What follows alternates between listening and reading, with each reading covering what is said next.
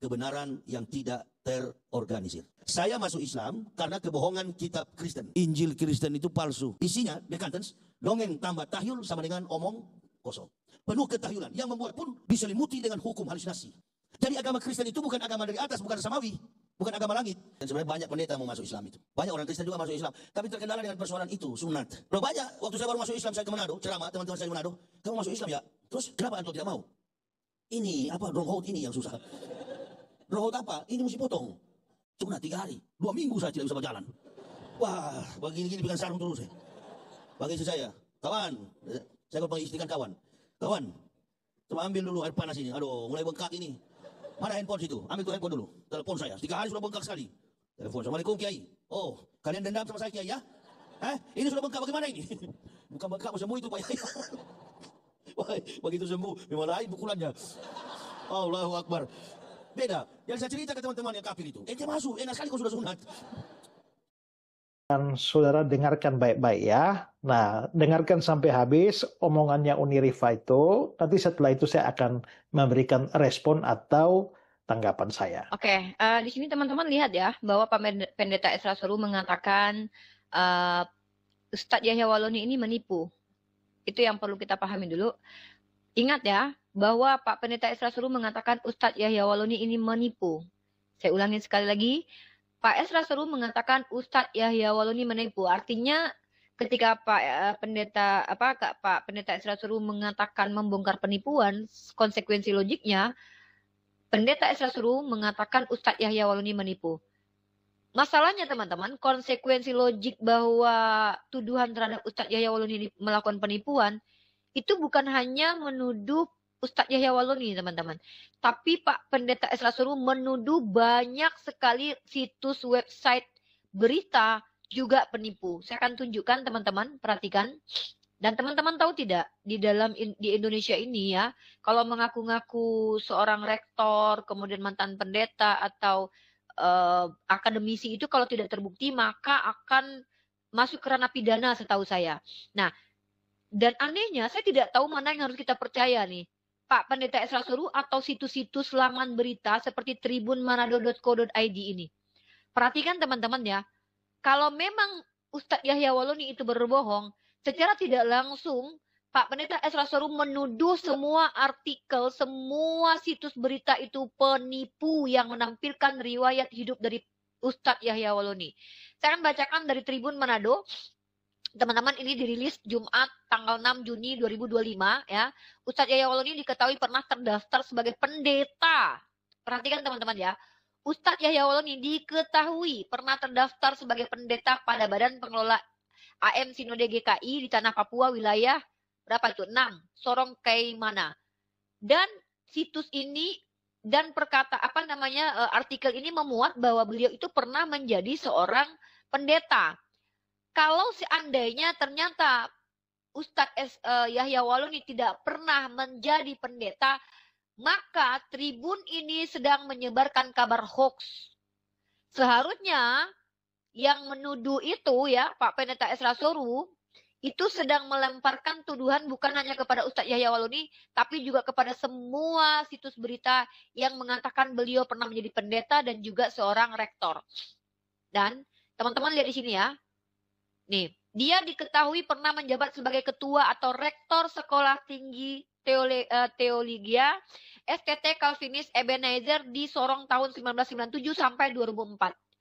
Bayangkan betapa mengerikan tuduhan dari Pak Pendeta Esra Soru, teman-teman. Ketika Pak Pendeta Esra Soru mengatakan Ustadz Yahya Waloni tidak pernah jadi pendeta, tidak pernah jadi rektor, itu sama saja menuduh semua situs berita ini menipu. Atau semua situs yang akan saya tunjukkan nanti menampilkan profil dari Ustadz Yahya Waloni mengatakan diketahui sebagai rektor, diketahui mantan pendeta, maka mereka telah menyebarkan kabar hoax. Itu konsekuensi logik dari apa yang disampaikan oleh Pendeta Esra Soru. Pertanyaannya adalah, menurut teman-teman sendiri nih, siapa yang berbohong di sini? Pihak Pak Pendeta Esra Soru atau betul-betul dari situs-situs yang akan saya tunjukkan nanti? Mari kita telah baik-baik. Apa benar situs-situs berita seperti Tribun Manado ini berani berbohong, menyebarkan kabar hoax? Ini situs berita loh. Ini situs berita. Dan itu bukan cuma satu. Saya akan tampilkan lagi teman-teman. Situs berita. Kalau memang situs berita saja lebih benar kata Pak Esra Soru, maka mereka-mereka ini sedang menyebarkan kabar hoax loh. Nih, Detik News ya, Detik News. Perhatikan teman-teman ya, Detik News. Ini tuduhan mengerikan loh, menipu jabatan, menipu dunia akademisi namanya, kejahatan akademik ya. Di sini dikatakan bahwa jejak kasus dan ujaran, oke, bukan ini. Saya nanti akan membahas tentang beliau pernah masuk penjara, tapi saya bukan ini. Yang saya mau bahas itu adalah ini. Ada beberapa situs berita yang menjelaskan bahwa beliau pernah menjadi pendeta dan bahkan beliau menjadi rektor. Ini gelar akademik, teman-teman. Gelar akademik itu tidak boleh dibohongi. Gelar akademik dan jabatan itu tidak boleh dibohongi seharusnya ya, teman-teman pahami itu ya. Oke, tadi kita lihat dari mana? Dari Tribun. Sekarang kita lihat dari suara.com. Teman-teman perhatikan ya, suara.com menyampaikan apa? Suara.com menyampaikan di sini, kalau Pak Esra Soru itu benar, maka semua situs itu adalah situs yang menyebarkan kabar hoax. Pertanyaannya, apakah betul instansi, lembaga, situs-situs berita ini betul-betul menyebarkan kabar hoax? Apakah mereka tuh tidak menyelidiki apakah betul Pak Yahya Waloni ini adalah seorang pernah jadi rektor atau pendeta? Bagaimana mungkin mereka mengutipkan di laman mereka? Coba kita baca di sini dari suara.com. Nah, dari berbagai sumber, perhatikan teman-teman, dari berbagai sumber disebutkan bahwa Ustadz Yahya Waloni pernah menjabat sebagai ketua atau rektor Sekolah Tinggi Teologia STT Calvinis Ebenezer di Sorong tahun 1997 sampai 2004. Yahya Waloni disebut memiliki ijazah doktor dari Institut Teologia Oikumene Immanuel Manado tertanggal 10 Januari 2004. Begitu detail dituliskan tahunnya oleh situs-situs berita. Pertanyaannya, kalau Pak Pendeta Alfred Esra Soru mengatakan bahwasanya Pak Ustadz Yahya Waloni itu berbohong, maka konsekuensi logiknya adalah Pak Pendeta Esra Soru menuduh semua situs berita ini berbohong. Atau kalau kita pakai proposisi begini, Pak Pendeta Esra Soru itu benar, maka teman-teman situs-situs berita yang menampilkan profil dari Ustadz Yahya Waloni itu mereka semua menipu kita. Ini berbahaya teman-teman. Nah, masalahnya apakah secara logika kalian percaya situs-situs berita yang mempertanggungjawabkan kredibilitasnya itu, dan kita juga ada undang-undang di mana kita tidak boleh mengaku sebagai seorang akademisi, dan itu tidak boleh di undang-undang. Apakah benar kemudian para pembuat situs-situs berita ini akan berbohong, mempertaruhkan reputasi mereka? Apa mereka tidak mencek sama sekali data-data bahwa betulkah Ustadz Yahya Waloni ini adalah seorang doktor, pernah jadi rektor dan pendeta? Siapa yang mau kalian percaya? Mohon maaf nih ya, kita sudah sering melihat bagaimana kebohongan dari pendeta ya. Mohon maaf nih, tentu saya skeptis ya, pastilah saya skeptis sekali dengan pendeta. Kalau mereka mau menipu jemaahnya itu sah-sah saja. Nah, coba perhatikan ini. Ini situs-situs seperti ini, apakah benar berbohong? Tadi ada 2 ya. Sekarang bandungraya.id. Ya, saudara, itulah videonya Unirifa atau omongannya Unirifa ya.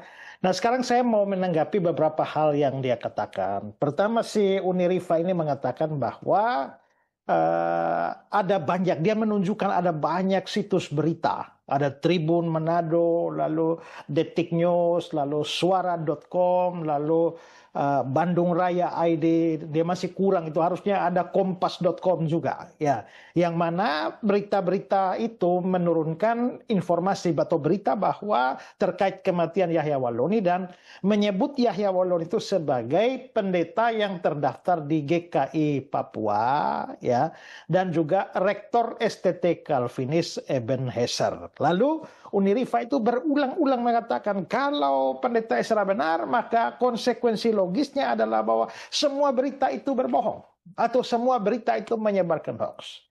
Kalau pendeta Esra Soru benar, maka sama dengan, atau kalau Yahya Waloni berbohong, maka sama dengan pendeta Esra Soru telah menuduh bahwa semua berita itu berbohong dan menyebarkan hoax. Nah, saudara-saudara, saya mau jawab. Pertama adalah bahwa kebenaran itu tidak didasarkan atau ditentukan oleh jumlah. Jadi Jangankan kamu hanya kutip hanya 5 berita, 6 berita saja, Rifa. Kamu mau kutip 1000 berita pun, itu tidak ada nilainya kalau tidak bisa ada fakta yang menopang atau data yang akurat yang bisa diuji untuk menopang isi berita itu. Ya, jadi kalaupun saya sendirian menghadapi itu berita-berita situs-situs semua itu, saya sendirian kalau saya bisa menunjukkan atau saya punya data kuat tentang itu, maka saya tetap benar, tidak peduli ada 1000 situs, 1000 berita yang mengatakan demikian. Tapi pertanyaannya adalah bahwa itu berita-berita itu punya data tidak, ya? Itu suara.com, kompas.com, Bandung Raya ID, Detik News, Tribun News dan segala macam itu punya data atau tidak? Dan apakah itu ketika saya mengklaim bahwa apa yang saya katakan benar, yaitu bahwa Yahya telah menipu, apakah saya sedang menuduh bahwa semua berita itu atau situs-situs berita itu sedang menipu? Bisa jadi mereka sedang menipu, kemungkinan satu. Tapi ada kemungkinan yang lain. Ada kemungkinan yang lain adalah bahwa mereka memang tidak menipu, tetapi mereka sendiri tertipu. Nah, karena Yahya sudah kampanye di mana-mana bahwa dia itu adalah mantan rektor, mantan pendeta dan sebagainya, maka semua orang percaya termasuk situs-situs berita itu akhirnya menjadi percaya. Ya, jadi tidak harus berarti bahwa berita-berita itu sengaja mau menipu. Ya, tapi situs-situs berita itu bisa jadi tertipu. Dan kedua, karena mereka menurunkan beritanya, tidak check and recheck, tidak mengadakan penelitian lebih jauh, maka boleh dibilang bahwa semua situs itu sedang mengabarkan kabar hoax tentang latar belakang atau siapa Yahya Waloni sebelumnya. Itu tidak bisa dibantah. Ya, kemarin juga saya sudah bikin video untuk Kompas, ya, dan ada orang sudah melanjutkan video itu ke Kompas. Nah, kalau sekarang ternyata Tribun Manado juga, Detik News juga, Suara.com juga, ya, Bandung Raya ID juga, berarti satu merek mereka sama Kompas. Ya, karena mereka menurunkan berita tanpa mencari tahu apakah berita bahwa Yahya itu adalah begini, wah, di Kristen dulunya, benar apa tidak? Kalau tidak, ya mereka memang menyebarkan hoax. Soal mereka menipu, saya tidak terlalu tahu, tapi yang pasti mereka, atau kemungkinan besarlah mereka sendiri kan tertipu oleh Yahya. Ya. Ya, shalom teman-teman semua. Terima kasih sudah menonton video ini dan kiranya video ini bisa menjadi pelajaran bagi kita semua dan terlebih-lebih menyadarkan dan mencerdaskan saudara-saudara yang berbeda iman dengan kita. Terlebih-lebih mereka adalah yang menghujat kekristenan seperti yang kita saksikan tadi, bagaimana Unirifa ini meneruskan apa yang dilakukan atau dikerjakan oleh Yahya Waloni, yaitu menghina Tuhan Yesus, menghujat Tuhan Yesus, dan itu udah banyak apologet Kristen yang mengupload video Unirifa di mana dia menghina kekristenan, bahkan Tuhan Yesus dia hina. Nah, teman-teman, dari video tadi kita bisa melihat bagaimana Unirifa mencoba memframing pendeta Ezra Soru.